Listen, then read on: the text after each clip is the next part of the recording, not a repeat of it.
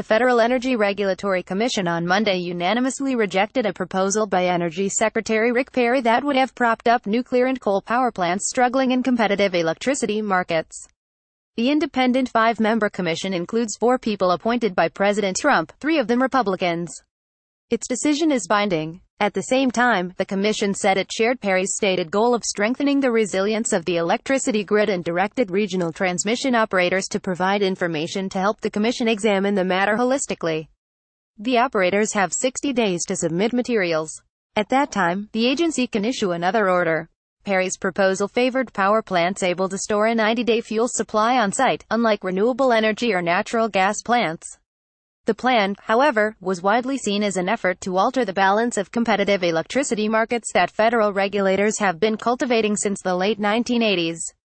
Critics said it would have largely helped a handful of coal and nuclear companies, including the utility First Energy and coal mining firm Murray Energy, while raising rates for consumers. The Commission's endorsement of markets does not conflict with its oversight of reliability, and the Commission has been able to focus on both without compromising its commitment to either, the FERC said in an order. The FERC said while it had not used the term resilience, it had pursued policies that would ensure the uninterrupted supply of electricity in the face of fuel disruptions or extreme weather threats.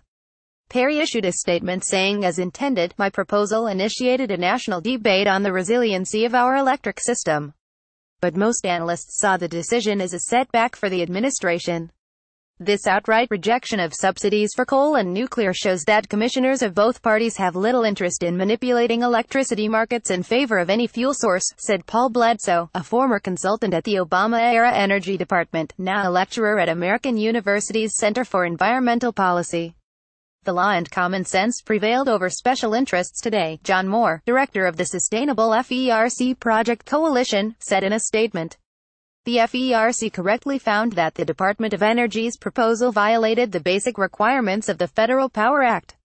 Secretary Perry's plan would have subsidized coal and nuclear plants with a 90-day fuel supply, yet Perry never explained why those plants were inherently more reliable or resilient.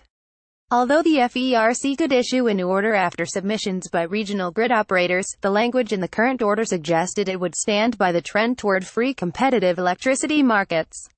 This is really FERC saying that any change we make to the grid is going to be grounded in fact, Greg Whetstone, president of the American Council on Renewable Energy, said in an interview. This is shifting to a real-world process based on what's actually happening to the nation's grid, and that's great news for renewable energy. Perry had argued that coal and nuclear power plants would fare better in extreme weather such as the polar vortex that gripped large parts of the nation just 4 years ago. Yet opponents of Perry's plan said the current bout of extreme cold undercut Perry's argument as regional grids had excess power on hand, and many power plants switched from natural gas to oil largely because of cheaper prices. One of the few major outages was the result of a failed transmission line that took a New England nuclear plant offline. The FERC order issued Monday included 3 members' concurring comments that revealed some difference of opinion beneath a unanimous vote. Cheryl LaFleur, a Democrat, said even had a resilience issue been demonstrated, I have serious concerns about the nature of the proposed remedy, which would address the issue not through market rules but through out-of-market payments to certain designated resources. She said Perry's proposal sought to freeze yesterday's resources in place indefinitely.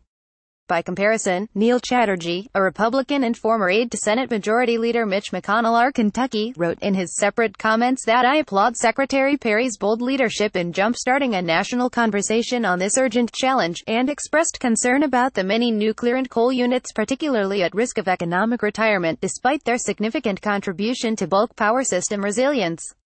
Chatterjee said he would have preferred an interim step in response to Perry. He said the FERC order to seek more information about resilience was only the first step rather than a final one. The other members of the commission are Chairman Kevin J. McIntyre and Robert F. Powelson, both Republicans, and Richard Glick, a Democrat.